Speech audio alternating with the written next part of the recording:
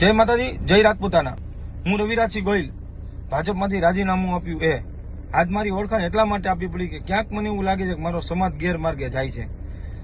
મારી જેમ ઘણા યુવાનો વડીલોએ ભાજપમાં રાજીનામા આપ્યા છે। અમે રાજીનામા એટલા માટે આપ્યા કે અમારી બેન દીકરીઓ માન સન્માન ને સ્વાભિમાનની વાત હતી, એટલે અમને કોઈને પરિણામની ચિંતા નથી, માં ભવાનીના સોગંદ નથી। જો પરિણામની ચિંતા હોત તો અમે લોકો જાહેરમાં રાજીનામા જ ન દેત, ભાજપની સામે જ ન પડે। પણ અમને એ વાતનું દુઃખ છે કે ગઈકાલની જે કોન્ફરન્સ થઈ એની અંદર આપણનો જે વિરોધનો મુદ્દો હતો એ ક્યાંય લીધો નહીં। સૌથી પહેલા પ્રથમ મુદ્દો આપણે એ હતો કે આપને વ્યક્તિગત જ પહેલા વિરોધ હતો પરસોત્તમ રૂપાલાનો। ત્યારે આપણે એવું જ કહેતા હતા કે ભાઈ જો પરસોત્તમ રૂપાલાની ટિકિટ રદ થાય તો અમને કોઈ વાંધો નથી। પછી આપણે સમગ્ર ભાજપનો વિરોધ કર્યો।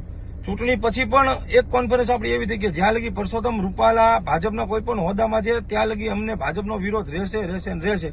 તો ગઈકાલની જે કોન્ફરન્સ થઈ, માફ કરજો હું કોઈના વિરોધમાં નથી, પણ એમાં ક્યાંય એ મુદ્દો ન લેવામાં આવ્યો। ગઈકાલે ક્યાંય એવો ઉલ્લેખ કરવામાં ન આવ્યો કે આવનારી ચૂંટણીમાં પણ અમે ભાજપના વિરોધમાં રહેશું।